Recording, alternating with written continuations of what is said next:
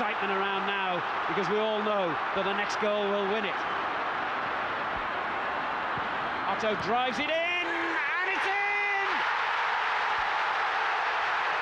Tait has done it, and for the first time in Wembley history, we can say with absolute certainty, that's the winner. Right, hello and welcome to another Blues Focus podcast with me, your host, John Graham. Once again, many thanks for taking the time to download this pod. And as ever, when you're looking for our pods online, please go to www.bluesfocuspod.co.uk. And if you do download from iTunes, then please leave a comment and rate these pods. It does mean a lot to us.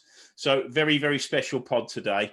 Obviously, as ever, we've got Tom Oxlin with us. Tom, how are you? Good, thanks, mate. Top man. And then a very, very special guest, somebody who doesn't really need any introduction, certainly from me, an absolute legend of the club, cult hero. So I'm absolutely delighted to say, Paul Tait, welcome to our podcast. How are you, mate? I'm fine, thank you. Good to be here. Top man. So a career that spans 11 years, 170 appearances, 14 goals, one of which was probably...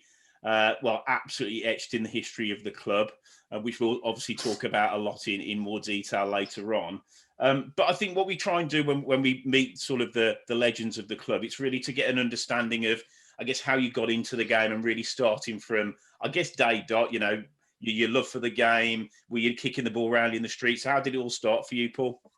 As I say, like very, very early days, I was always had a ball at my feet. Love football. You know, growing up on Castle Vale with a high-rise block of flats. I lived on a 10th floor of a high-rise block of flats on Castle Vale, and just below our flats there was a piece of grass, obviously from flat to flat. There's always grass to play on, and I was out there all the time with my dad and my mates and everything, playing at Castle Vale.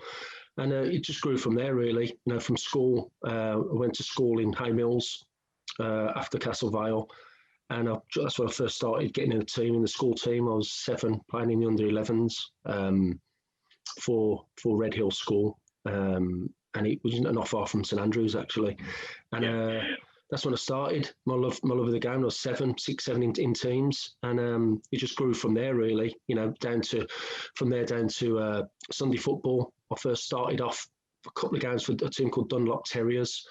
I think they changed to Calthorpe Terriers after that. I played a couple of games for them, and then I moved from Hay Mills area to Stetchford. I was looking for another team to join, and someone said to me, there's a team here that wanted to see a training called the 3Cs off Chelmsford Wood. And I went training with them at Kingshurst School, at a little trial, and they loved me, and I liked them. I liked playing for them or training with them. And they signed me, and I stayed there for about 2 or 3 years, I think, until I joined another club off Chelmsley called North Warwick, who changed their name to Hurley Colts, and we had our own ground over Tamworth Way. Okay. And but 3Cs was my main club. You know, myself was playing, Brian Small, who was at Villa and Blues, Matthew Fox, who went on to play with me at Birmingham. So we had, and we had about 3 or 4 of the lads who were at clubs as well. So we had a fantastic Sunday team, and it was a really competitive league in the Castle Vale Boys League. There's us and Noel North Star, who were the best teams, I'd say, in the Midlands at the time. Yeah. They had about 6 players who went on to play pro from their team, like Ian Clarkson, Darryl Burgess, Jason With, Andy Harris, Andy Williams, to name a few. Wow. It was a really, really competitive league that we played in. But and when you weren't obviously playing a lot of football, and I think that sort of, I bet the standard was pretty sharp, back in the day, and probably that's maybe gone away a little bit these days. Certainly certainly from what I watch with my kids. But I think what I'd like to maybe understand is, obviously you love playing the game, and I think as most Blues fans know, you've very much been a follower of Blues pretty much all your life. But was it always Blues, or were you sort of with your family background? Who did you go and watch? First ever game was Villa against Rangers, Villa Park, 1976. All my family are all Glaswegians. My dad, my uncles, they all come down. My uncle had a box at Villa Park. He wasn't a Villa fan. He just had it for business. And we all went down the game. And the game, there was major trouble at Villa Park that day, and the game got abandoned. The Rangers fans destroyed the ground. I was terrified, if I'm honest. It was only a little nipper, and I'll never forget it. The day, it was mad. So that's my first ever game. And then I went to watch Rangers quite regularly with my dad, because they're all Glaswegians, and we used to go up to see my nan and granddad and go to the Rangers games at Ibrox and wherever they were playing, away games as well. Yeah. I used to go down to Villa with my uncle and my cousins 1 week, Blues the next. I used to go to Middlesbrough. My granddad's a Middlesbrough fan, who was, sadly passed away. And wherever they were playing Villa, Blues, Albion, whatever, he used to take me and go and watch Middlesbrough, stand in the Middlesbrough end. And there's one of my clubs, Middlesbrough. They're very working man's club and very, tough following. Those, tough lads, the Middlesbrough lads. So it was any team really. I remember Liverpool as well back in the day, and you as a kid, like today, all the kids these days on Sky Sports, all they want to do is see the big names. It was very similar to me back in the day, like when you had Liverpool come into town. I used to go and watch when they played Blues, Villa, Albion. Just wanted to see football. Understand? Just wanted to see. And I got to the age of about, I think it was about 9 was I when I first went down the Blues, 1980, against Man United at St Andrews. It was 0-0. I think it was 0-0. And I was standing in the Tilton, and my parents didn't know I'd gone the game. I'd latched onto all the local skinhead gang from off Castle Vale, the Blues fans. There weren't many, it was mainly Villa, but there was a few Blues. And I just followed them on the bus to the ground, latched onto them. And it was terrifying. It was I'll never forget it. I was absolutely petrified. It was just the skinhead era, just coming out the skinhead era in 1980, and it was terrifying. I mean, Man U had before it was all seated, they had 2 sections. Man U did, and they had loads of skinheads. Then there was an area separating Blues from the Man chicken United, run. with meshing up to separate all the bottles and coins going at each other, and then all the Blues, all their skinheads there. It was unbelievable. And I think from that day, it was Blues for me, because I just loved it. It was just different from any other game I'd ever been to. It was growing up in a rough council estate. I was used to getting into trouble a lot, and I thought, this is just me. This is just my club.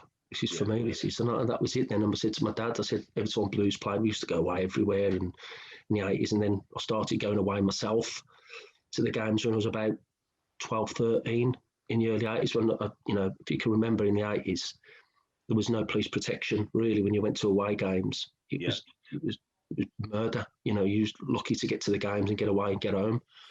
When you're a nip and you saw all the trouble. It was unbelievable back in those days. But I loved it. I remember going to West Ham and Millwall, Leeds, Chelsea, and my parents didn't even know I was there.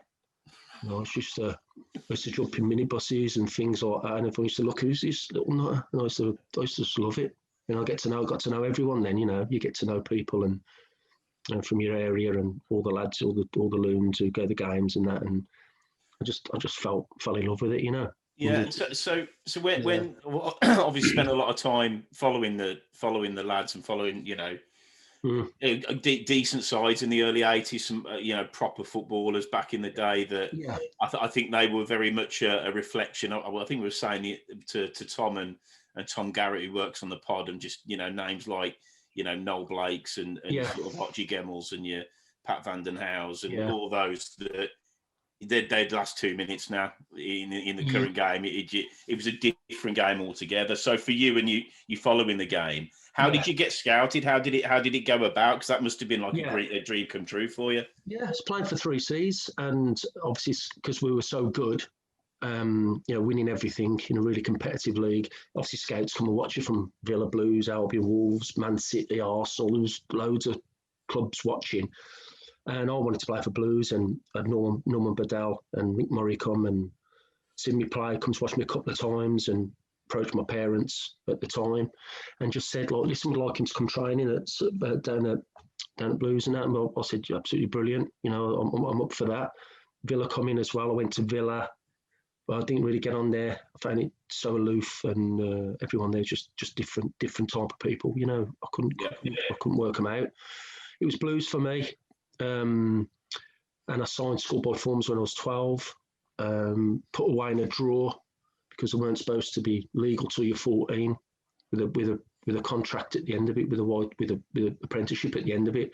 So it was a really bad thing to do, really, because I didn't try at school then for the rest of my time. So I knew I had a job and I left school. Yeah. I got like expelled from school in the end.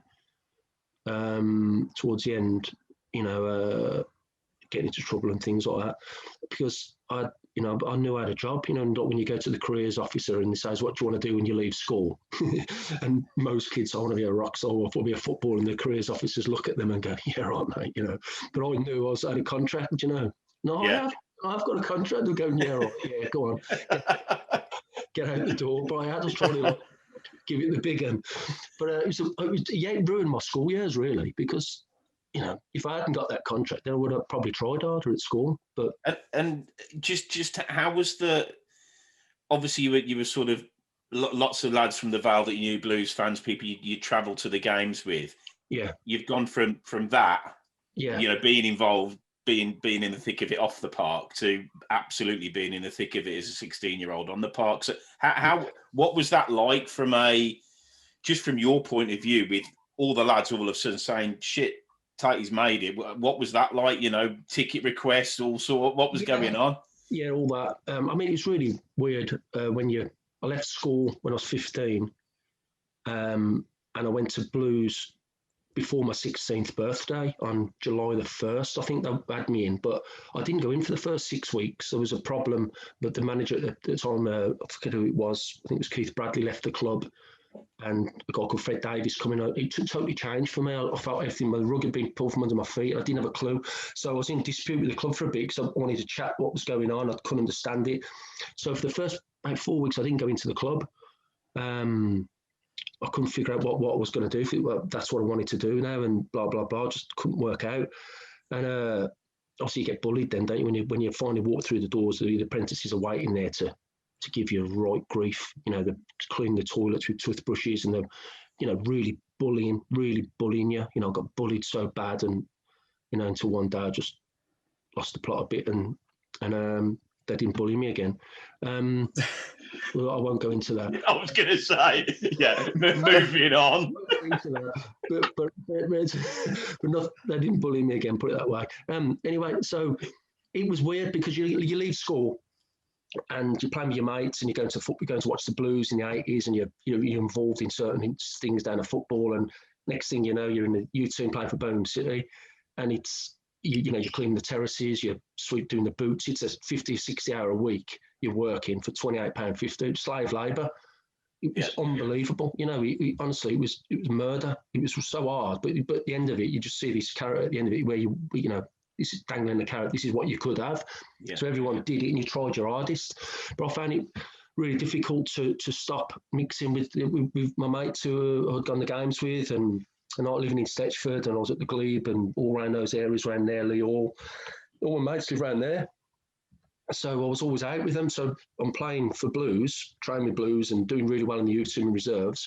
But the other side of me was I'd finish the game playing, I'd be out on the streets with my mates because I wasn't really ready for to break away. I found it really difficult for many years to realise what I actually had at my feet. Really, I didn't appreciate what I had. You're a footballer. This is what you've got to do. But in those days, there was no support for youngsters coming through like they've got today. I mean, you only have to click your fingers and play these days, and you've got about 10 unions behind them, and every person wants to help the young players. Whereas we had nothing. We were getting bullied and everything. And then we just bullied the next generation coming through because that's what you did. Yeah. Days we got bullied. Well, hold on a minute, them not coming through, they're going to get bullied. So that's what we did. It's a very very, very hard. It weren't easy. Everyone used to think, oh, you're playing football, it's dead easy. It was the first couple of years. Honestly, it was crazy. It was really, really difficult. And then you're thrust into a first team. Wasn't ready for it, both physically and mentally. You're 16 years of age, and you're playing on the streets of Stetchford, causing mayhem. And next thing you know, you got cameras in front of you. You got microphones, the press, the newspapers. And no one gives you any advice what to say, or it's a bit. If you're either ready for it or you're not ready for it, and I don't think I was ready for it in all aspects, really. So, but after you managed to sign probably 2 years earlier than you should have done for the Blues, Yeah, obviously so you must have made an impression. So yeah. you get to the end of obviously your school days, and you start, I guess, what you class as a proper sort of up and coming professional. So how was that? What are your memories of when you were sort of getting closer to that sort of reserve and first team football for Blues? Well, initially when I broke into the when I started off in the youth team, it was, as I say, our manager was Fred Davis, who was absolutely brilliant coach. He used to be the old Wolves goalkeeper. He was absolutely brilliant, and he worked so hard with us. The group that we had, as I said, we were all local lads. Yeah. The furthest away was probably Tamworth. We were all like Solihull, Chelmsley, Stetchford, Castle Brom. We were all local lads, which was brilliant. And at the time, the club had no money. We were in dire straits. The first team football. I think the whole of football in the 80s was going through terrible times. Crowds were down. There wasn't any money in the game. It was just awful. And our youth team that we had, myself, like Simon Sturridge, Mark Yates, we had players like that, Foxy and Clarkson, who went on to captain the club. We were doing well in the youth team and reserve. So the club had no money to spend. So they were going to have to rely on us. And some of us, we weren't ready. Like me, 9 months earlier, I was the youngest one. I was late because my birthday's late July. So I was probably the youngest apprentice at the club. And I was banging in the goals because I was a forward back in the day when I first went all my career, up until the club moved me back into midfield, which I weren't too happy about. So I was banging in the goals in the youth team, scoring hat tricks in cup finals and semi-finals, and scoring loads of goals. And then they said to me, Gary Pendry said, "Look, we're going to put you in the first team." I was thinking, first team. I was thinking, dear, oh dear. So 9 months earlier, I'm playing on the streets of Stetchford, causing mayhem, getting chased by the police and everything. Next thing you know, I'm going to be playing in the first team. I was thinking, oh no, I only weighed about 9.5 stone. I'm thinking, oh no, I can't do this. My parents had split up. My head was gone. I was in a right bad place. I love playing football, but I wasn't ready for first team football. But what do you say? I'm not ready. You've just got to do it. You believe it or not, when you sign for a professional football club, people laugh when you say it's a job. Oh, you don't know what it's like working. I'm doing this, I'm doing that. You don't know what it's like. I work in a factory from 7 till 7. That's a job. When you play football, it's still your job. You're still getting paid. I used to work 60 hours a week as an apprentice for $28.50. It was unbelievable. Slave labour, cleaning toilets all day and sweeping the terraces. It was murder. That was absolute murder. But it was a good grounding. When you look back now, I'm thinking, you know what? That made me as what I was as a young player. Yeah. But I was far too young. At that time, wasn't ready. I wasn't ready physically and mentally to go into first team football. And I made my debut at 16 against Leeds. Yeah. Start the season on a Friday night, I think it was. And I got man of the match. I was only on for 28 minutes, got man of the match. That's how bad we were. I hit the post with a shot. I had a 1-on-1 with Mervyn Day, the keeper, missed that. But I got man of the match, and I thought then I signed pro. I signed a contract. If I was on 28 quid a week, I signed my first contract about 80 quid a week. Because it wasn't about money to me. I didn't even think about it. I was thinking, right, I can't believe I'm a footballer. 9 months earlier, I'm getting nicked and everything, and I'm causing mayhem, getting expelled from school and blah, blah, blah. The next thing you know, I'm playing in front of all my mates on the terraces, throwing things at me and swearing at me. I'm thinking, what's going on? I couldn't believe it. I just could not accept I was a footballer. I always wanted to be a footballer, but at St Andrews, then we had crowds of 6,000-7,000. I knew about 4,000 of them. All my mates. I'm thinking, looking on the terraces and on the cop, and I'm thinking, what are you doing? Throwing all that down? I've got to sweep that up on Monday. I remember if you know Wire and the Source Force, all them, they used to stand in the cop in the centre, and they were absolutely mental, making up songs about bacon and ham and cheese and everything, and you could hear them. And the mess that they made and the fans made, I was thinking, oh no, it was a really windy day, and I was thinking, oh, please don't throw that. I've got to pick that up Monday morning. It takes me 3 days to clear the terraces. It's really strange times. It was mad. But you know what? It was brilliant. I don't think the kids coming through these days, that I don't think they appreciate it as much as what we did. Yeah. The bullying was unbelievable from the older lads, from the pros, and that used to batter us. And then we used to, when we were pros, then we used to hand it down. We used to batter the apprentices coming through. It was just like that. Now you can't say boo to them because they'll get the authorities on you and the PFA, and they're so protected now. The kids coming through, the APs, the apprentices. I'm not saying it's right, but it gave us good grounding, made us realise what on earth we were going into because we didn't realise. Yeah, I know, and I think a lot of people, I guess, that watch the game, and certainly Blues fans of an age that that seems to completely have gone, and it's very easy, and people do sort of, if a team plays poorly, it's they don't care and they're not trying and not interested. Yeah. But over a period of time, I think that is true. Maybe if you've had it a bit easy, but and I think thinking about where Blues are at the moment, then when you literally just signed for the club, we got relegated for the first time into the third tier. So what was that like? I mean, was there a noticeable difference? What was the feeling like in the club? Because we were in dire straits, as you said earlier. Yeah, it was difficult, because the fans obviously were fuming. There's no money about at the club. It's very difficult times. I remember. Do you remember the old before the ground was done and we had the old railway end, and there was a supporters club, wasn't there, underneath the railway? Yeah. And from our dressing room, the old dressing rooms, we opened the window and you could see the supporters club across the railway. What you know what I mean? It's like, and I remember being a young lad, and you remember they had the communal baths at St Andrews. All the clubs had communal baths. And I'm thinking, and I was quite a clean lad. I'm thinking, oh my God, I've got to get in that bath there with all them airy-arsed pros and all scum all around the bath. I'm thinking, oh God, I've got to get in there, and I want to get in the shower. You've got to get in here. They're saying, oh God, like that. So you get in this big communal bath. The next thing you know, we had a big window and we got beat once again. We're all sitting there and all the pros are like washing themselves. I'm just sitting petrified. I'm thinking, what's going to happen to me in this bath? And next thing you know, all the windows have come in the bath. Supporters from the supporters club had just caned the windows, and all the bricks were flying in and everything everywhere in the bath. And I was going, and I loved all that. I didn't really mind, you know what I mean? But all the pros were all diving out and all covered in glass, and it was nuts. And I was laughing. I was thinking, this is mad, because I've grown up with all this lunacy, and it didn't really bother me. But that was my introduction, really, to what it was like playing for Blues. If you lose, they don't mind you losing, but you've got to give some effort. You've got to show that you care. Because I was a local lad, and I used to travel all over the country in the 80s, getting battered everywhere in my days at West Ham, Millwall, Leeds, and all places like that in minibuses. And, it was very, very dangerous. And I realised what it was like to play for the club.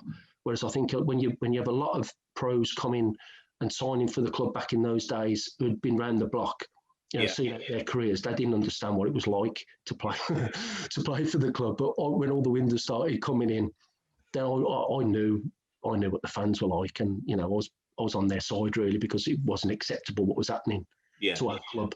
It wasn't. But the tough times, very, very, very tough times.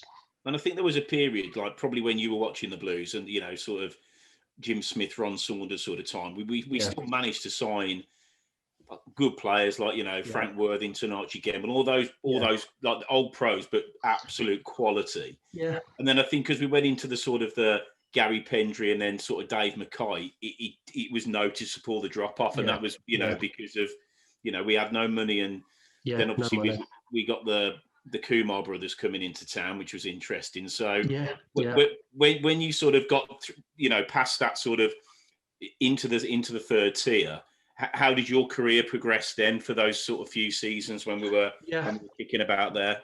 Well, I can't remember who was the manager when I got my bad injury. I think it was Terry Cooper. No, Terry Cooper come after. It was Dave Mackay. Yeah. I was flying, and there was a lot of clubs interested in me at the time. There was Liverpool, Tottenham, Wolves, Norwich, when Norwich were in the Prem and they were going in the UEFA Cup, got beat by Bayern in the quarters or semis or something. Yeah. There was a lot of clubs interested in me. And I think it was me and Jamie Redknapp, because Jamie Redknapp was at Bournemouth at the time. And who was going to go to Liverpool, me or him? And obviously Liverpool chose Jamie, and I was going to Spurs. Yeah. Right, the deal had been done. I think it was a 500,000. Back in them days, there was a lot of money, and my wages were just ridiculous what they were going to give me. And I was thinking, I don't know, I'm going to handle this. And I wanted to stay at Blues, but the club need money. You're going to have to go. Yeah. And I was thinking, okay, I'm going to have to go. So I played Orient on the Saturday, and I got injured in the first, was it about 13 seconds in the game at Brisbane Road. So it was a terrible injury. I mean, the guy who tackled me, John Sitton, he went on to manage them, and it was an absolutely outrageous tackle. But fair play to him, because in them days, that's what you had to do. You know what I mean? I'd done it to him. Yeah. I was too late. He'd done it to me, and he'd done me, good and proper.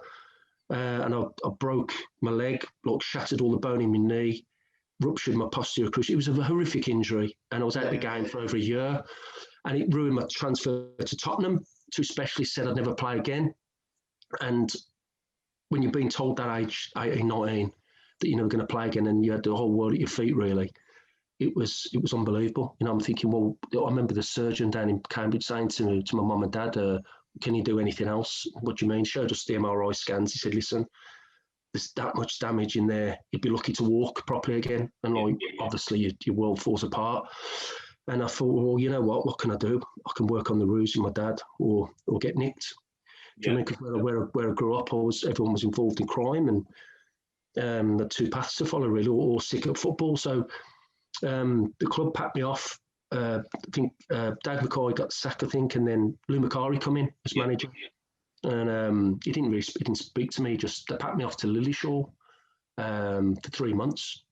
And in those 3 months, the club didn't speak to me, bizarrely. And in those 3 months, when I come back, I think he left, went to Stoke. Remember, he was only here for a bit, wasn't he? Yeah. We won the cup final. Yeah. And he did want to be in the June, because he was saying that we got no cash and the owners were mental. He's a very odd little man. I really don't like him, if I'm honest with you. He said to me, he called me into the treatment room when he first took over, and I was with my dad, and I was on crutches, and I was honestly in agony. And he didn't say anything. So all he said was, you got injured because you drink too much.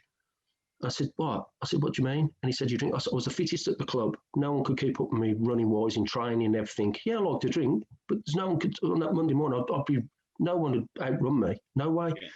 And I thought I was playing the best football of my career, like a young career. All the clubs after me, England under 18s, which the club wouldn't let me play in. I was not been selected for that.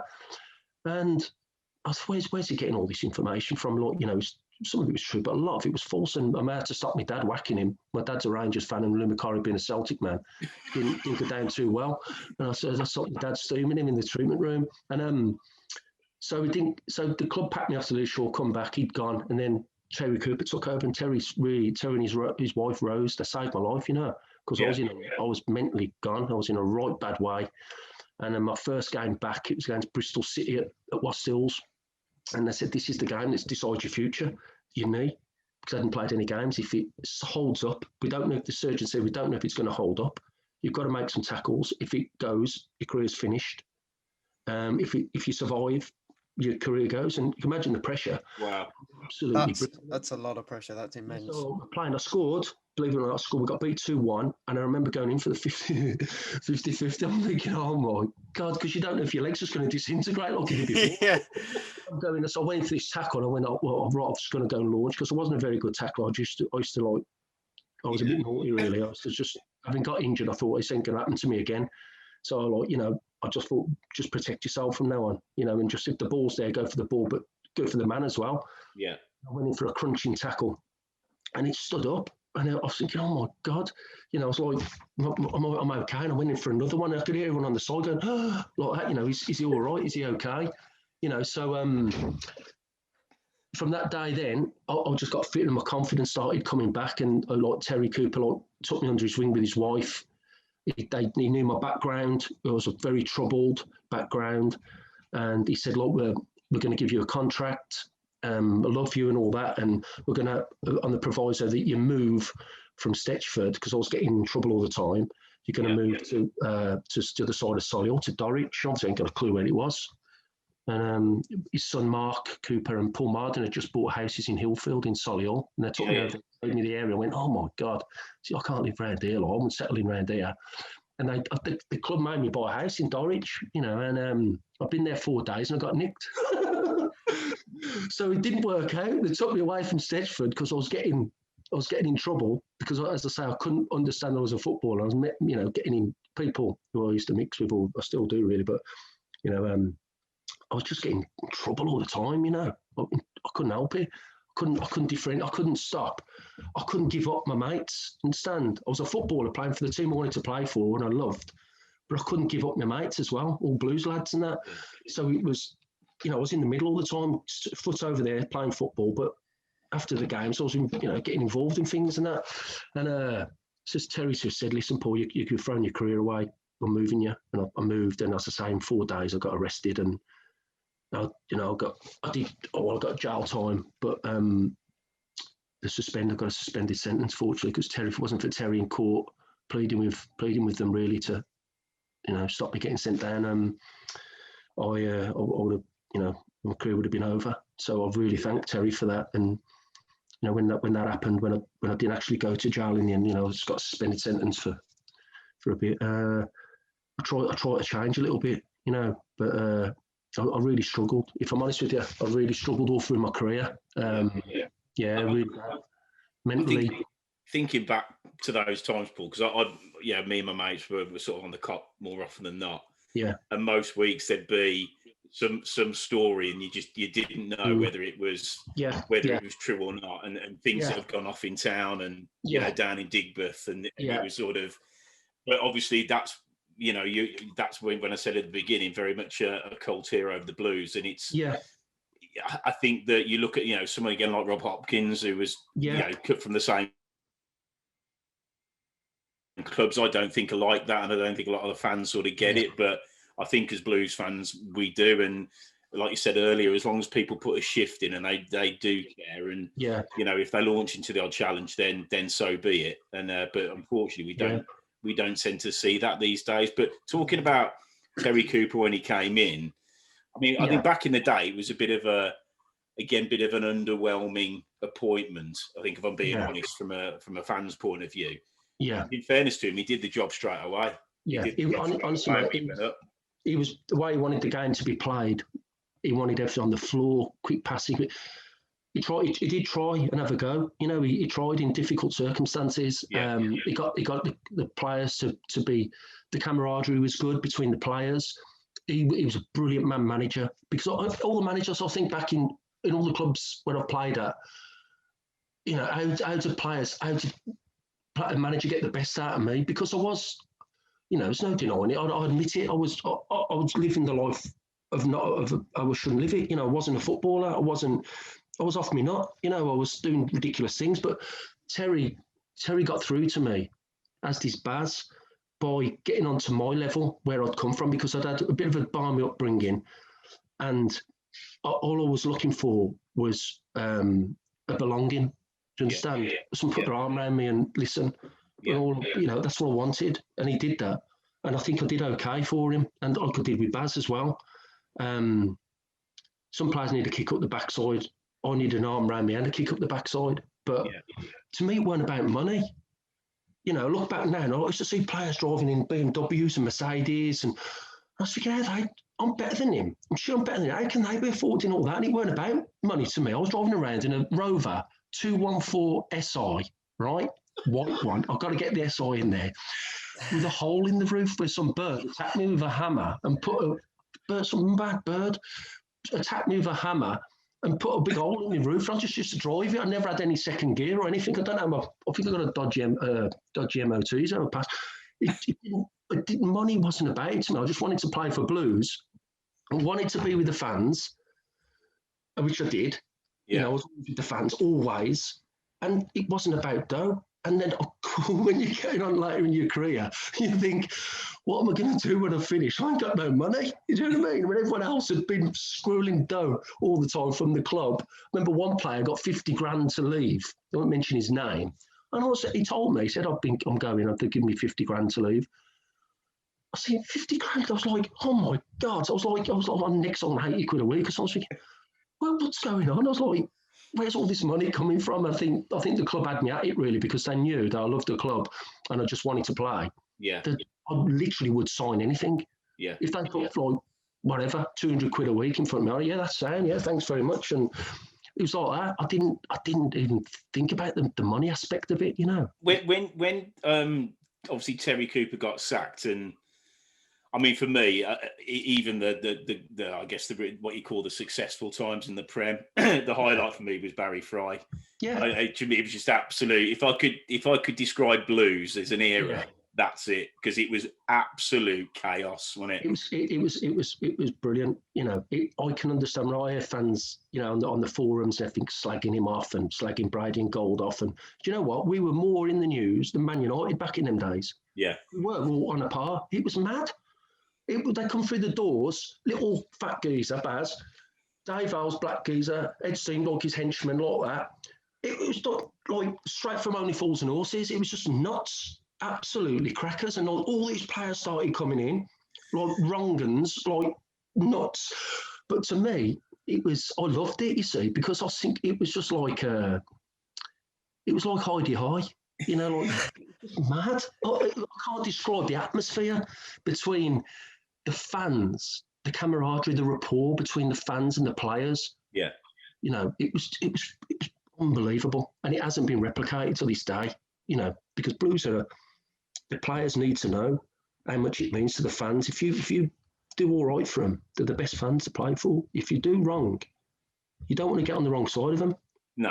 I always say, the lads always come to me and say, "Hey, where can I go? Where can't I go? Who shall I meet?" I said, "Listen, if you know, I'll introduce you to a few people and all. You'll be all right. No one will touch you and all that, blah blah blah." And but the Baz was just incredible. So what are your memories of that season? Because for me, I think that one season where obviously we won the league, and obviously we'll talk about the game, the goal, and the T-shirt in a minute. Yeah. But what do you remember about the promotion season? Oh, the promotion season there was a lot of pressure to get back up. Yeah. You know, we went down on the last day of the season at Tranmere. The fans invaded the pitch, and everyone. I think the players at the club realised then that this ain't a normal bunch of supporters you're playing for. You just got relegated. They've invaded the pitch, and you're getting carried off by the shoulders. It's mental. And all the lads then, all the London-based crew, or they used to come up in their cars. And he said, "The proper here, the proper." I said, "Yeah." I said, "Just don't mess them around." I said, "Like, I said, do not mess them around." And we got off. We knew we had to go up that season. You know, we knew we had to dig in because it's an hard. With a big club coming down to that league, we knew we were there to be shot at, and we were just going to have to dig in, and we did. It was really, really difficult season.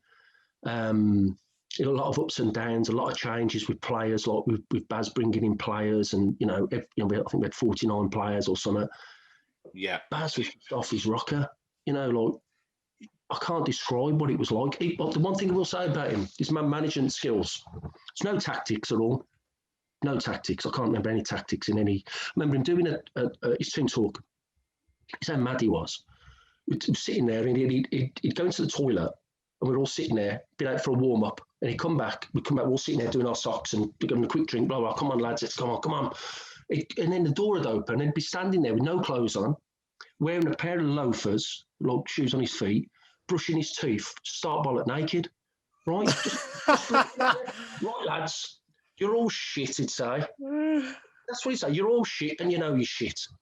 Go out there and get yourself a move. He said, you're playing these. He said, you'll do these today. Run more in them. He said, get into them. He used to get us frothing at the mouth before we went out. A lot of the times, we want to kill him. He used to absolutely destroy us. Like wanting to bash him. Mad. I didn't understand what he was doing, but a lot of the lads who played for him at Southend and Barnet and all that, they were going, it's all right. He said, he's off his nut. He'll do this and blah, blah, blah. But I could never forget it. Just standing there with no clothes on, big belly, suntanned, like that. And I was like, this is mental. I thought it's crackers, absolutely crackers. But what he would do as well was, if he wasn't in his squad, right, and he wanted you to go, he wouldn't just ostracise you from the group. He'd keep you involved. So if you went to an away game, he'd take you. Come, you can get away. We're going to try and get you a move. You're not in my plans. I'm going to try and get you a move. Yeah. Right? A lot of managers like TF and that, totally the opposite. Right, he's so aloof, it's unbelievable. Baz would do his best and try and get you out there, get you a move, and he'd keep you all together. Do you know what I mean? Yeah. And it was just a brilliant time. That season, it was just mad.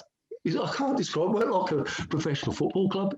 It was just absolutely crackers. And a lot of the young kids who go down the Blues these days, they've probably seen us in the Prem and that and blah, blah, blah. But for me, as a fan, those times, the goals going in, Baz wouldn't have a 1-0 win. He looked, I mean, if you can see him now at Peterborough, he's got a lot of, behind the scenes there. And if you look at their results, they're always a lot of goals. He just loves attacking hungry players. I remember when we signed Jose Dominguez, when he come on trial, remember little Jose? Unbelievable. What a player. Unbelievable. Well, you know what? His trial for Blues, how mad it was. We all got in our cars, said, right, we're going to Simon Digby School on Smithswood. I said, no way. Still mental. I said, I'm from over that, man. I said, I ain't going over there. He said, no, we're going over Smithswood, Simon Digby School for a game. For? He said, for training, we got nowhere to train, so we're going over to his school. And I thought, oh my God. So we went over there, 2 teams of 11. And this little midget turns up, little geezer, foreign geezer. And who's that? No one knew who he was. And he was playing left wing up against Roger Willis. Remember Roger Willis, Harry Willis? Yeah. And we had this game, no one cared. And we thought, oh, God, come on, let's have a game. Come on, blah, blah, blah. Let's get it going. Honestly, he got the ball, Jose. Unbelievable. No, he was banging in goal. No one could get near him. He was unbelievable, right? You couldn't kick him. You tried to kick him. He's like a little ferret. Unbelievable. And but this is what Baz did with Barry Silkman, his agent. He used to bring in players all the time. You'd never see him. You'd never see him again. 90% of them. And the other, it was mad. Some of them, it was like.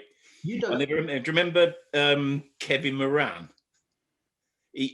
Big, massive. I think he played once. Got him from. I think it was a Chinese league or something. Oh, you mean Richie Moran? Richie Moran. Sorry, Richie Moran. No, Richie Moran was before Baz. Richie Moran was just before Baz. Sure, he was. He might have been. He was because he was a pal of mine, Richie. He was a drinking partner. Dreadlocks, Whoopi Goldberg. Dave McKay. Come on to Dave McKay. Okay. Yeah, Dave McKay. Remember, he come to Dave McKay because he was playing. He come from Japan. Yeah. Japan. But I think with Baz and the players that he sort of brought through and the whole atmosphere. So when we got to just moving on, obviously we got the promotion and we won the league. Yeah. And then obviously getting to the cup final. Well, first of all, what do you remember about the day? And how many tickets do you have to give out? Well, I'd been ill all week leading up to the final, and I wasn't going to be involved in it. And we played a reserve game on the Thursday at St Andrews against Bradford or Brighton or someone like that. And me and Ricky played in it. Ricky had a little knock, and we're seeing if we were going to be okay to play in the final or in the squad, blah, blah, blah. So we come through it. We beat them 2-0 or something, and we both come through the game. And me and Ricky drove down to Waltham Abbey Hotel, Swallow Hotel, after the game. Ricky's building a spliff on the way, driving down the motorway, 100 mile an hour in his BM, and I'm sitting looking at him going, what you doing? So he was nuts, absolutely mad. I think, what you doing? And we got down to Waltham Abbey and stayed down there for a couple of days. But the problem we had was, with the final, we knew we were going to take all 50-odd thousand fans. It was mad. Yeah. But on the Wednesday, we had Brentford at home in the top of the table clash to get us, whoever was going up there was near enough going to get promoted. Yeah. So although we wanted to win the final, and it was a massive day for everyone, because you're playing at Wembley and blah, blah, blah, we had 55,000 fans there, a lot of us were thinking, right, we've got a monster game on Wednesday against Brentford. Whoever wins that really is going to get promoted. So we had in those 4 days, the Sunday to Wednesday, the pressure was unbelievable. But the day of the final, the night before the final, I was sharing with Steve Robinson, and I said I had a dream. So I normally dream about like really dangerous things. I dare to. You don't want to know. It's not nice. My dreams. They're all about mad things. About when I don't want to talk about it. But making me a threat now. But the night before, I had a good dream. I said to Robbo, I've had this dream. He went, really? Yeah. So I'm going to score. So I'm going to school. I went, yeah, Tait, of course you are, mate. Oh, no problem. Like that. I said, no, Robbo, you don't understand. I had this dream. And he went, Tait, yeah, and just left me. And I thought, no one ever used to listen to me anyway. Off me rocker and that. So got to on the drive to the ground, and everyone's, you saw the flags and the fans, and mental. And you go out to warm up, and that's when the t-shirt incident happened. Everyone says, oh, you must have, it's premeditated, but it wasn't. It was the maddest thing ever. Because, in them days, we didn't have the players today, they wear all this stuff under them and, they've got that protected. But in them days, you have to wear any t-shirt going. It's under your top. Stop yourself getting nipple rash and all things like that. So, once again, I was left, where's my top? I got one. I don't know. So, looking through everything, I found this t-shirt. It was about that big, it's tiny. I went, what's this? I said to the kit man, he went, I don't know, Paul. I said, what is it? It says Birmingham City, blah, blah, blah. I went, oh, man. So I'm going to wear that. I said, I'm going to wear that. I said, well, that's the only one. I said, oh, bang on, that is. I'm having it. And the rest is history. It's mad. I didn't plan it. It was just nuts how it happened. No one knew where it come from. The kit man who packed the kit didn't know where it come from. It was old. I don't know. It was just, and it didn't fit anyone. The only person who would have fit would be me, because it's so skinny. And it was brilliant. I just put it on. And obviously the rest is history. I mean, you can't write, can you? Like, you score the winner, and then you see all, you've won the game, which is unbelievable. Then what do you do? It's like you hyperventilate. It's like and then you just off you go. And then you realise after about 3 or 4 minutes you're in trouble. You know what I mean? Yeah. And you've got all the photographers there, and you're standing there like that, and then you go, oh no. And then you realise, oh no. Then you just realise you're going to be in bad trouble, Yeah. So you look at the photos when we're all there with the shield and everything. I'm the only one not smiling, because Baz had told me, he said, what have you done now? He said, oh, you're in trouble, Tait, with this. He said, you're in bad trouble. And I come out the dressing room, and all the press are there, and they're absolutely caning me, really bad.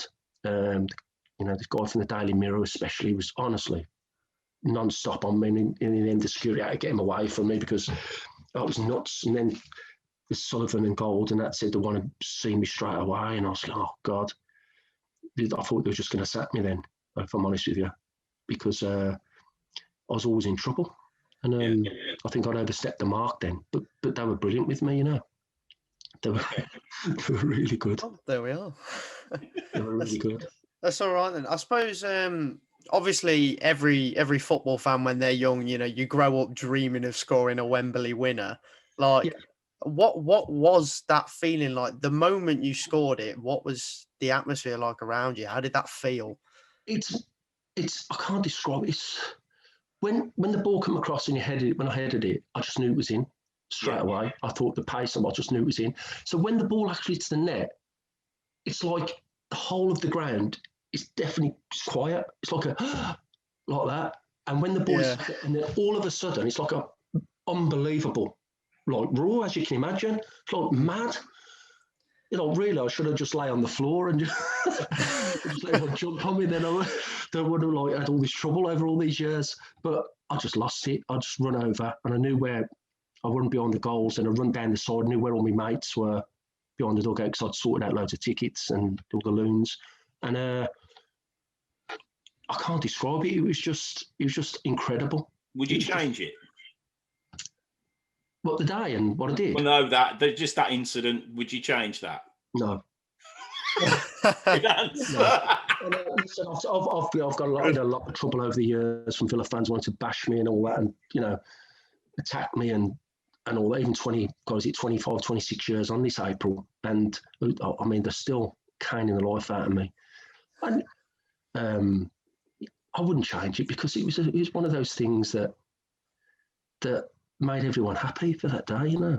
It was a big cup final, I think. But when you got 55,000 fans there, and then you score the winner, and then you do something like that, I think Blues fans can relate to. I know I got slaughtered, and idiot and all this, and the newspaper cuttings were really bad, and the Villa side of the city want to kill me, and I'll do it tomorrow. I think as I said, that if you're, I think, aged between probably 40 and probably 50. Just the whole build up to that and all the shit we'd been through. Yeah. We were done. You know, you got the Kumars of the changing the badge colour. I mean, everything we went through that was absolutely doing our cake in. And then it's like this then happened. You got a lunatic manager. You've got golden goal. It'll never happen again. Yeah. With the absolute blues straight down the middle. Everybody knew it. From on the terraces, it couldn't have got any better than that.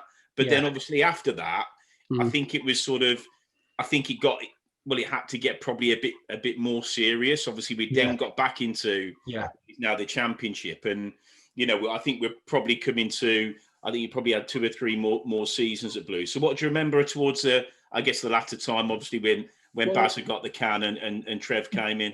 Yeah, well, Baz got the push. He wasn't given any more money to. I think he tried to sign Marcus Stewart from Bristol Rovers for $800,000 or $1 million.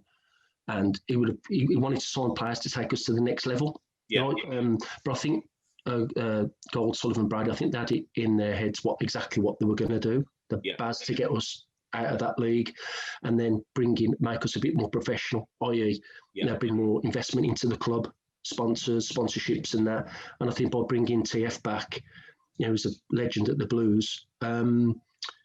I think that they were hoping that he was, with the players that he signed as well. I mean, look at the players that we used to have down there: Barry Orn, Gary Ablett, Steve Bruce, Furlong. A lot of players there have got a massive experience. And everyone around the country knew them. It was he did take us to the next level professionally. Professionalism within the club went from there with Baz up to there with Trev. Yeah. Then the transition was unbelievable. I couldn't. What's going on here? You've gone from 49 players all off their heads to Trevor turning up in a suit with a briefcase and what's going on? End up in a loom bin. And I found it really difficult. I mean, I think his first season at the club with Trev, because I loved him because he played for Rangers as well, because I used to watch him at Rangers. A season ticket at Rangers. I've still got a season ticket at Rangers. I used to watch him. I couldn't wait to meet him and speak to him about Rangers and Blues and all that, but I couldn't really do it with him. He was very odd and very aloof. And then I played about 30 games in his first season, and then I got married in the close season. Yeah, it was a brilliant run. I could run all day, and I went on I didn't have a stag do, you see. I went on a 4-week bender around Chelmsford Wood and Kingshurst with all the loons. What is that called? It's an alternative stag do. You can imagine it was very, very bad. And I put on weight, right? I've never put on weight. So when I turned up for pre-season training, Ian Bowie, the reserve manager, went, "What the F you've done to your belly?" And I went, "What?" I said, "I've never put on weight ever. Not a pound." Anyone ever watched me? Never put on any weight ever. And they started calling me Fred Elliott. Remember Fred Elliott from Coronation Street? I'll say it like that because he was big, chubby, and fat. And Trevor was mortified. Got the fitness coach to find out what was going on. And I just had such a mad time, the close season, getting married and everything, that I just lost the plot a bit. And next thing you know, Trevor just blanked me from the first team squad. He didn't tell me. He didn't say, "Oh, right, this is what you've done, right? This is where you've got to get to." Blah blah blah. Him and Mick Mills just turned from a 360. Hated me, and they wouldn't speak to me. Say for a team meeting, and there'd be 25 players in there. He'd walk in, Trev would, and say, "Right, get a pad out and read out a list of names to leave the room." Me, Barry Orn, Andy Legg, Jason Bowen. And we said, where are we going? You've got to go and train with the youth team. Okay. What's all this about? But that would be it. He wouldn't come and speak as a man-to-man like Baz would, say, "Listen, blah, blah, you're doing this, bang out of order." He'd send the fitness coach, who was a really nice guy, terrified he was. And we said, "What's going on? And can we have a chat or blah, blah, blah?" And it didn't happen. And I realised then that it was coming to an end for me. I've got my act together. I was playing really well in the reserves. I couldn't get any fitter. When I played against Liverpool reserves, I was running the show. And when we were playing against Danny Murphy up at Liverpool, and he said, "What are you doing in this team, Tait?" I said, "It's just ain't happening, mate. It ain't happening for me." And with Trev, and it was so sad because I was in my testimonial year, and it just broke my heart. They tried to offload me to Wolves. Actually, We played Wolves at the training ground. We beat them 3-1. It was brilliant. And he said, Colin Lee wants you to go to Wolves on loan. I says, I ain't going. He said, I'm a Blues lad. I said, I don't like Wolves. And he went, you what? I said, I don't like Wolves. I never liked them. So they hate me, Wolves do. And I said, they'll kill me if I get there. He went, no, you're going to Wolves. I said, I'm not going to Wolves. I said, I'm staying at Blues. I said, I love Blues. Like, accent to me, money didn't mean anything. I just wanted to play for Blues. I thought, I'm going to stay and I'm going to fight for my place. I'm going to get back in. And then he come to me and said, there's a few more clubs interested in you. I said, I'm not going. No. I said, I don't care. I said, I want to play for Blues. And I was that stupid. I needed to go and progress my career. But I couldn't, the thought of leaving just broke my heart, honestly, broke my heart. And then he said, Craig Brown, the Scotland manager, has been on. He wants to see your dad's birth certificate. They want you to play for Scotland. Wow. And I went, really? I said, bro, I'm Scottish. And he went, what do you mean? I said, your dad's Glaswegian. I went, yeah. I said, bro, I was born in Sutton Coldfield, Castle Vale lad. I said, I ain't Scott, I'm English. Like that. And he went, you're turning down an international career? I said, well, yeah. I said, I ain't Scottish. I said, I'm an Englishman. I said, I ain't good enough for England. I said, I ain't going to play for Scotland and sing Flower of Scotland and make my dad happy. I said, I ain't doing it. And he's scratching his head, going, obviously call me an idiot and everything, which I probably was. But I said, I'm not doing it. I said, no, I'm going to play for Scotland. I said, I'm not interested.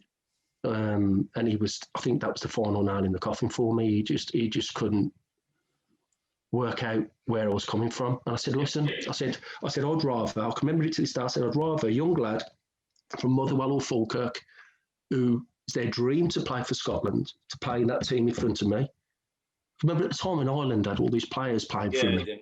I can't do that, man. I can't do it. I couldn't do it. I'm not good enough for England. Hold my hands up. So I'm going to go play for another country just because my dad's Scottish. I love my dad and that, and I love Rangers and that, but at the end of the day, I'm an Englishman. Yeah. So at the time, Trevor, that was it. He just, wanted me out, and I wouldn't go until actually did decide that I've got to get away, because I was getting quite angry then with him, And I remember I'd done him in training the once, and he said to me, he wouldn't let me train with the first team. He said, you're going to kick him? I said, I've never kicked one of my teammates in my life. I said, I'll run my knackers off it. I said, what are you going on about? He said, all right, and you can train just this once. Well, really strange behaviour. So I thought, right, this is my opportunity to kill him.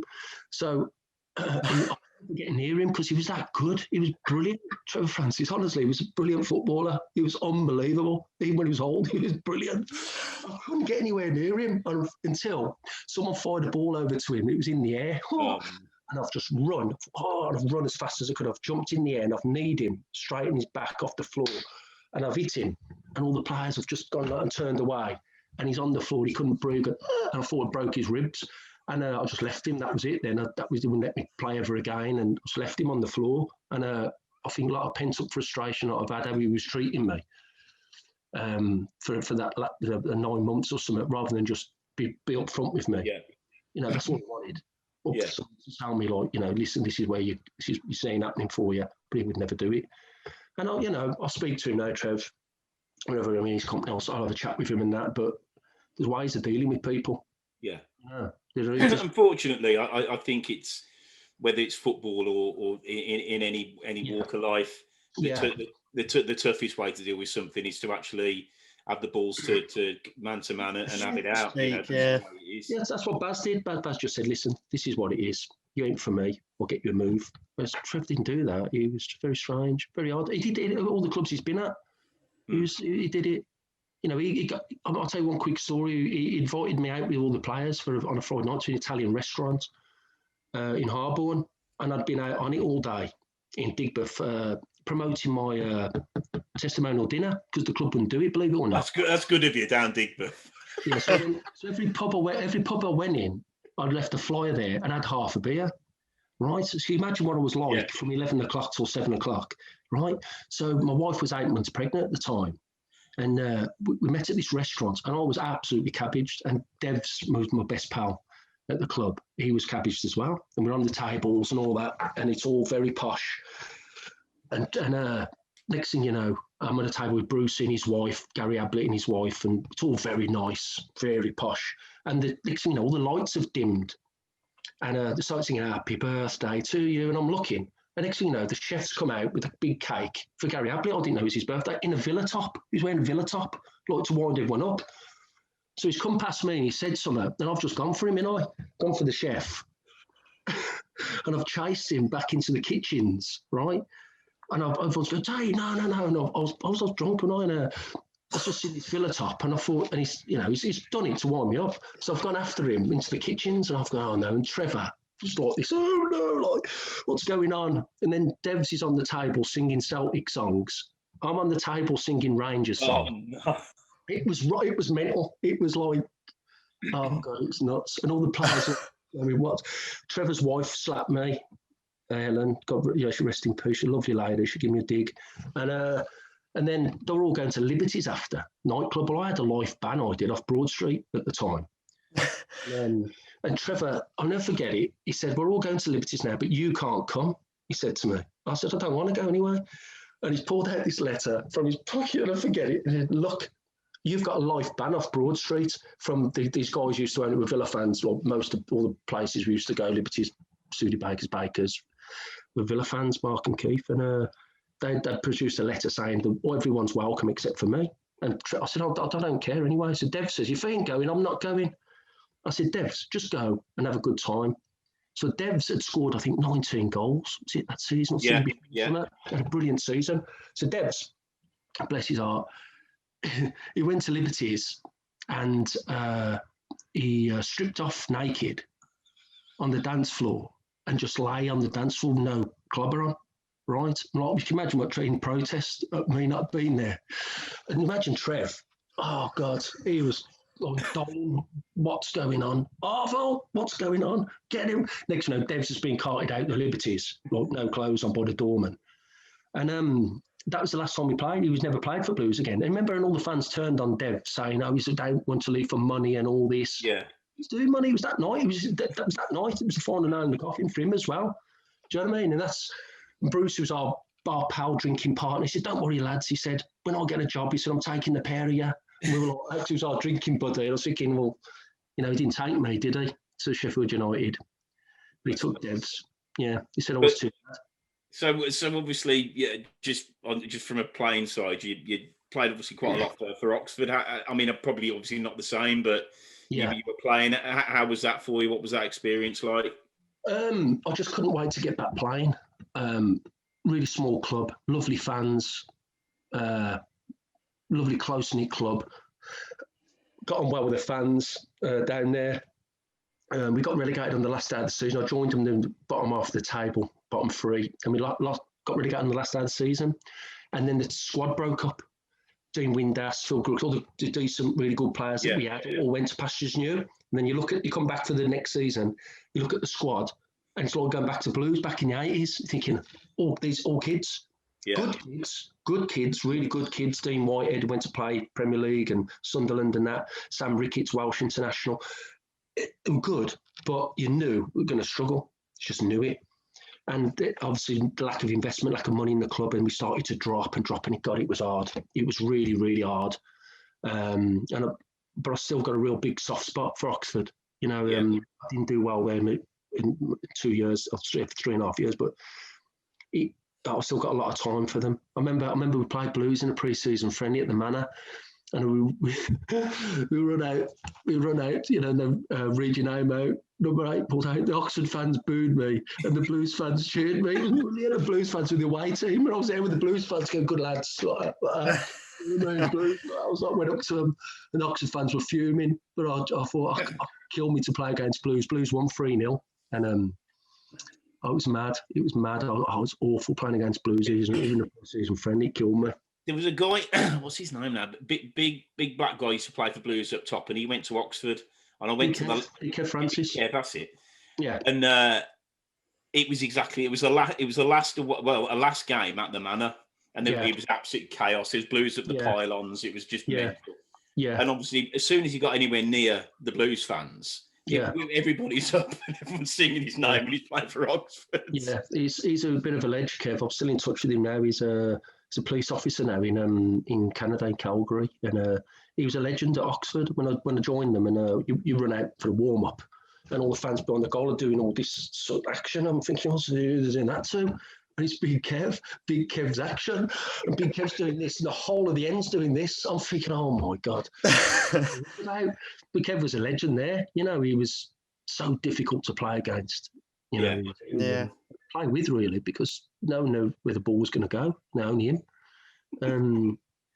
Tough lad, like, you know. Very tough. So obviously, when your career came to an end, and you now obviously got a very successful sort of coaching business. How did you get into that? Where did that come from? Was that something you always wanted to do, or? Not really, no. I'll come back from, honestly, I went out to play in Cyprus.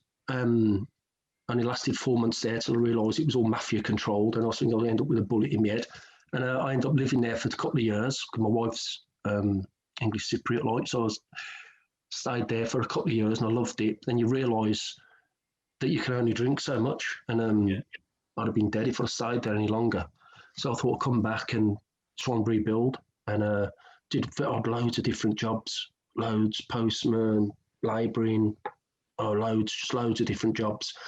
And then my mate said, why don't you come and have a go coaching with us? Well, done with Tony Morley, Gary Shaw was doing it, old Villa players, and have a go, see what it's like. And I got into it, I really liked it, you know. And then I just started working for them, and then just took it on myself, you know. And, you know, what I do like doing is getting young coaches coming through and having them, placing them with me and working with kids and giving them a chance. Yeah. There's nothing worse than a kid. I think it's so hard for kids now to get a foot in the door, you know, in the coaching. You know, so if as long as they show interest and they're enthusiastic, I'll give them a go. You know what I mean? And just, you know, help them coach kids now, because it's hard for kids leaving school now. So many kids, like, you know, don't know what to do with themselves. Should I go into? And it's a great career. They can go to America and coach, get scholarships. You know, but the lads I got work from are mostly Villa fans, which don't, you know, so not good. Well, I did say to you before we started this, you know, you've coached a couple of my boys. Yeah. But, I always used to look forward to, at the end of each session on a Saturday morning, when's the fixture on in the afternoon, and you'd obviously focus on Blues and just spend 10 minutes digging out all the Villa fans, all the parents. It's absolutely brilliant. The amount of abuse I get now from kids, police ain't got a clue who I am, but the parents obviously know who I am. So the you know, the kids just give me loads of grief. They only might be 6 or 7 years of age. They ain't got a Scooby, have they? But they don't half give you some stick. You know what I mean? It's mad, especially because we're doing bad at the minute and they're doing well. You know, it is it's strange. But you know, I love all the kids. Coaching the kids. Nothing better than watching them run around playing football like I used to do when I was that age. And hopefully, if they want to go into football, want a career out of it, it's a long road, but they can do it. There's so many good kids out there, you know, so many good players who don't kick on, who think they're not good enough, not mentally right, get knocked back from a club and that's it. You know, they do start them off a little bit too early, if I'm honest with you. Like 6 and 7, that it's too early for me. You know, too early. Get them play with their mates, and you know they're like robots. You know, when I see them now, they're literally like little robots. They come back from their academies, back to me, been released, and I look at them. I think, what have you done? What they've done to these kids?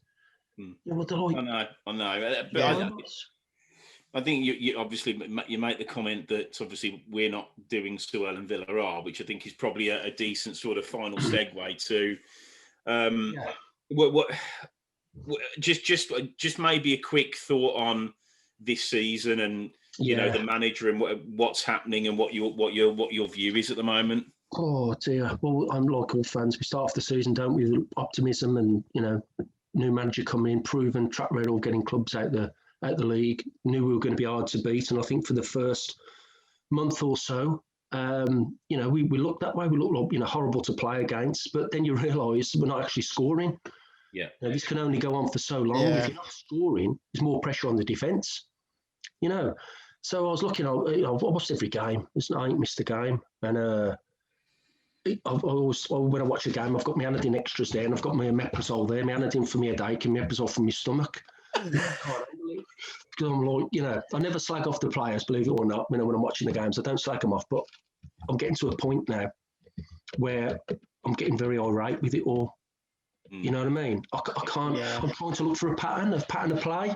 You know, I don't sit there and slag him off. Oh, what's he doing? I'm not trying to. What's he doing when he gets the ball? Where's he looking to hit? You know, it's only the last 2 games, Wickham and Bournemouth, where I can actually see what we're trying to do. Before, like, we did get the ball wide, we'd have Bella and Sanchez getting the ball, coming inside, going back outside, inside, and the forward, whoever's playing up front, never knows when that ball's coming in the box ever. You don't. How are you supposed to make a run into the box? You never know the ball. You should be working on it in training. Getting the ball, get out your feet, get in the box if that's the way you want to play. So your forwards know where the ball when it's coming in. And whoever's playing up front for us, they're like doing dog. You never know when that ball's coming in. So I am quite angry watching at the minute. I am. Yeah. The players don't go out there and don't want to do well. Don't want to win. Yeah. The direction the club's going at the moment on the pitch, I can't fathom out where we're going. Yeah. I can't fathom out. I just want to see. I want to see more enthusiasm. We always look back. I don't like to see my centre halves have the ball. What's happening is, if you notice, a lot of clubs are letting Ali Dean and another whoever's playing centre half with him have the ball. Yeah. And I don't like that. Especially when Mark Roberts had the ball, they were knocking 60-yard passes. There's no way them two. That goes back to the Steve Cottrell days when teams used to split. Let your defensive centre halves have it. What are they going to do with it? Where's our midfield? Yeah. Where are our midfield to dictate? Because we haven't got anyone in there who can dictate. We got lads in there who'll get the foot in and run a bit, but we've got no one in there like a Barry Bannon. God forbid if ever join us, but he's a lot. I'm not talking about that ilk. But someone foot on the ball and dictate play. And Paul, you mentioned Barry Bannon. Every single time we play against them, right? For me, I mean, I've not to any standard. I've managed for a number of years in kiddie leagues and whatever. Yeah. Barry Bannon, you just get someone like Sunjic, and this would be my only way I'd actually say Sunjic, to say, if he gets it, kick him, and when you get a yellow, we'll move somebody else onto him and he'll kick him. Because if you give him any room, he'll completely dictate the game. I mean, he does it every single time we play. And we've got him again in about 3 weeks' time. But he always steps up for Blues, doesn't he? You know, let's put one on him first 5. You don't like Blues, Barry Bannon. He still drinks with all the Villa from Kingston Great Bar area, and I know a lot of lads he knocks about with, and he really doesn't like Blues at all. You know, so when he does play against us, he really turns it on. Yeah. He's a really good player. He's a brilliant player. Definitely. But I want to see more direction on the pitch. I can't have this one up front, but I come from an era when I was with Baz, in with Trevor, you played 2 up front. Listen, go for it. We're not playing Real Madrid or Man City every week. We're playing teams like Barnsley, and so one up front. If the good quality ball is not going into that forward, right? If it's going up there, we've got no runners going beyond. We've got nobody with legs other than Gary Gardner, really, who can kick on beyond the front man. Just go for it. Go for it. Get good quality ball in. And I played with like Steve Claridge up front and whoever was up front with him, who used to work his socks off, hold the ball up, nasty to defenders. You know, he was a brilliant player to have in your team. Yeah. Right. To me, just go with 2 up front and have a go. Yeah. Football is so easy, but now in these days, I'm thinking about this morning, it's so tactical. You see every manager with a little notepad and all this. And you've got sitting above them like with computers, telling the manager how many times they've passed it with the left foot, how many times they've passed it with the right foot, how many kilometres they've run. They can't pass a ball. Yeah. Why don't you spend 10 hours on the training pitch, learn how to pass a ball 10 yards? Yeah. They can run all day. Can they play football? Can they actually pass the ball? Good. You look at the first touch of a lot of the players now, especially in our team, when that ball fired into them, it's the control it goes up there. Yeah. It's never. They're always fighting to get control of the ball, other than Sanchez and probably Bella, right? Yeah. They're all fighting. They never look comfortable. So to me, football's a simple game, but us, we make it difficult. We make it difficult. The system that we're playing at the minute, we're playing at the minute 4-2-3-1 at the minute, are we? Yeah. Well, yeah, sort. Yeah, I mean that's his. Whatever we're playing, whoever's playing up front. I mean, I know Scott Ogan's getting slaughtered to start the season. He weren't working hard enough. It weren't happening for him. But he played on his own up front for Brentford, right? With a lot of good players around him, a lot of good quality players around him. And if you get the ball up and it's good quality, you've got players running off, and you've got the movement up there. At the minute, was so static. It's only the Bournemouth game. For Bournemouth first half, we could have been 3 or 4 up. We played really well. Definitely. We played really well, and it was good to see. the players are there, right? We've got the players there who could do it, but all of a sudden we go back, revert back to these robotic football. To me, Yeah. Let them off the leashes and let them go and have a go. I'm not for one with one up front. If you've got Harry Kane in the team, well, Alan Shearer, right, then you've got someone like that. Okay, but we're Birmingham City in the Championship. We've lost a lot of games this season because teams are outrunning us. We've got better quality. They want it more when they're on the ball, right? Don't say they want it more. If you look at the Barnsley game, Barnsley were a team of young kids. All they did was run, and run. And when they were on the ball, right, they did things with the ball. Like Alex Mowat in the midfield, the little left footer, little ones round the corner, get the ball back, keep the ball. They were so comfortable in possession. You can't tell me that we look comfortable in possession. No. I don't think we look comfortable in possession. No, I think the players can't wait to get rid of the ball, except for Bella and Sanchez when it goes wide. Yeah. Right? They can do a bit on the ball. I don't know where we go. We're in once again, 6 year on the bounce and we're in a relegation battle. And the only thing about it is we used to be in a relegation battle. It doesn't bode well, does it? No, I think Luton are the same as when you say Barnsley. Yeah. They always look to play it. They're not blessed with any amazing players, but they can knock it around. It reminds me of us under Rowett. Like, you look at that team, you know, Gleeson, Davis, Donaldson, Cotsworth. They're not all fantastic players, but they worked hard and they got the job done. Yeah. And we played well in those couple of seasons under Rowett. And I think Luton in particular definitely reminds me, especially with having the number 10 like we did with Terrell and stuff. So yeah, but he can't run, Terrell. He only scored 2 against Rugby. No. He can't run. He don't do enough for me, if I'm honest.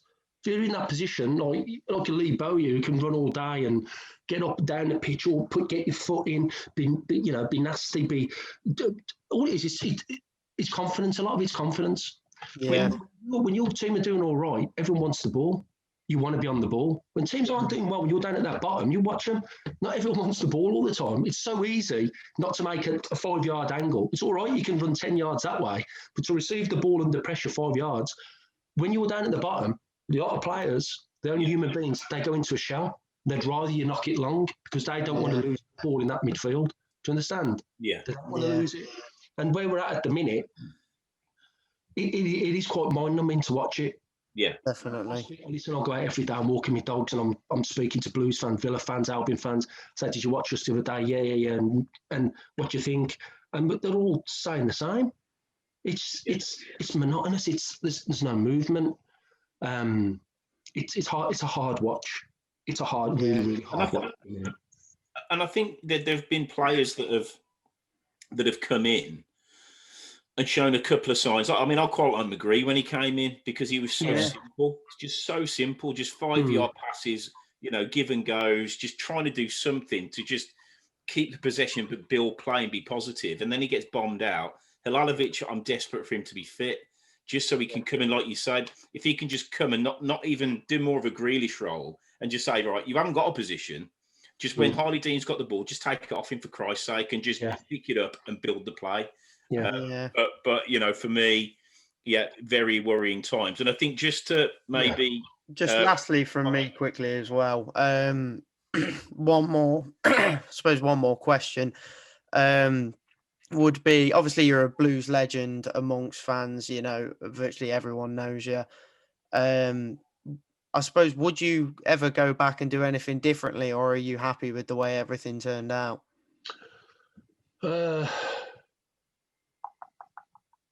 Yeah, I would have done a lot of the things, but I didn't live the life of a footballer. I was out of control, and it's only I don't drink anymore. I'm 5 years. I haven't had a drink or any of the things that happened to me over the years. I think it's well documented. I think I would live my life differently. I would, but at the time, looking back now, I just wanted a belonging, and I found belonging in certain organisations, so we say, and things I used to get up to, and that was my belonging. I was a loose cannon. I would do things differently, but there's certain things I loved about my career, You know, I really did. And playing for Blues, you know, they tried to get rid of me on numerous occasions, but they couldn't get rid of me. I just wanted to stay, so I didn't make any money at the game because it wasn't enough. That's what I regret, yeah. I should have gone very, very early and made some money out of the game, but that's what it's all about, I was told. But yeah, there are big things within my career which I do regret. You know, it's really, really silly. Just one last thing. I sort of asked actually Percy last week. Just looking at the side that we've got now, Yeah. and obviously you played with a ton of Blues. I mean, certainly under Barry Fry, it's probably about 2,000 just over that couple of years. If you could pick one player that you played with the Blues, and you could put him into the side that we've got at the moment, who do you think would it be, and who would have the biggest impact on that team? Mark Ward. Yeah, midfielder. Absolutely. Absolute unbelievable player. Coming towards the end of his career with Blues, but what a player. Yeah. Never wasted a ball. Little pocket rocket, and he could drink for fun. No, I would 100% agree with that. He was a brilliant player for Blues. He honestly, to play with him in the same team, he's a lovely geezer as well. You know, I know he's had his problems. I still speak to him and what a player. What a very, very good player. You know, and I know watching someone like Barry Ferguson as well. Yeah. How we miss someone like that in the middle of the park just to dictate the play. There's a lot of players, but Mark Ward, who I played with, would be Mark Ward to control, you know. Yeah. And Daishi, I love Daishi as well, to get in there and bash everyone like he used to do to us. A proper big, horrible captain who's an animal. Yeah.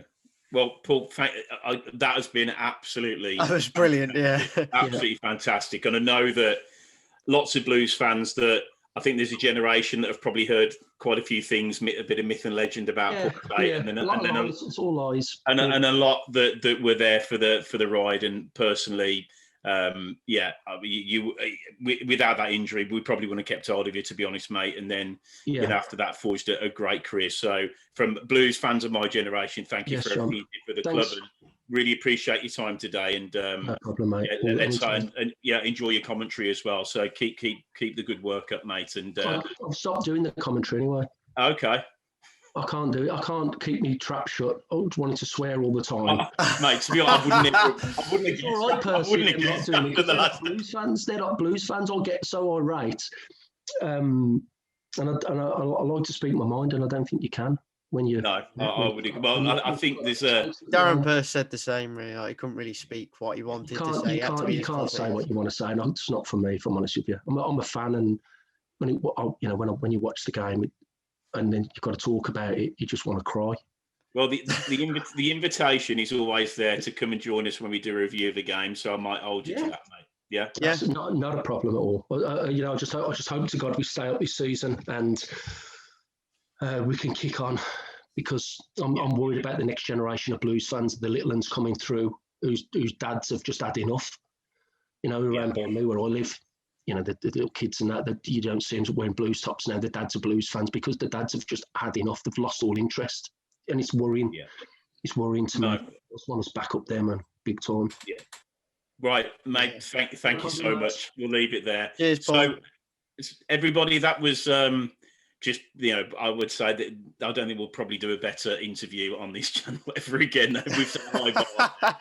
No, but everybody, thanks for downloading. Remember, you can download this pod on iTunes. Please leave a comment and rate. What you think. It means a lot to us. And it's go to our website at bluesfocuspod.co.uk, and all the podcasts will be on there. So tuck in and enjoy. And fingers crossed, next time we are on, we'll be talking about a positive victory for the Blues. But for now, thanks very much, and keep right on.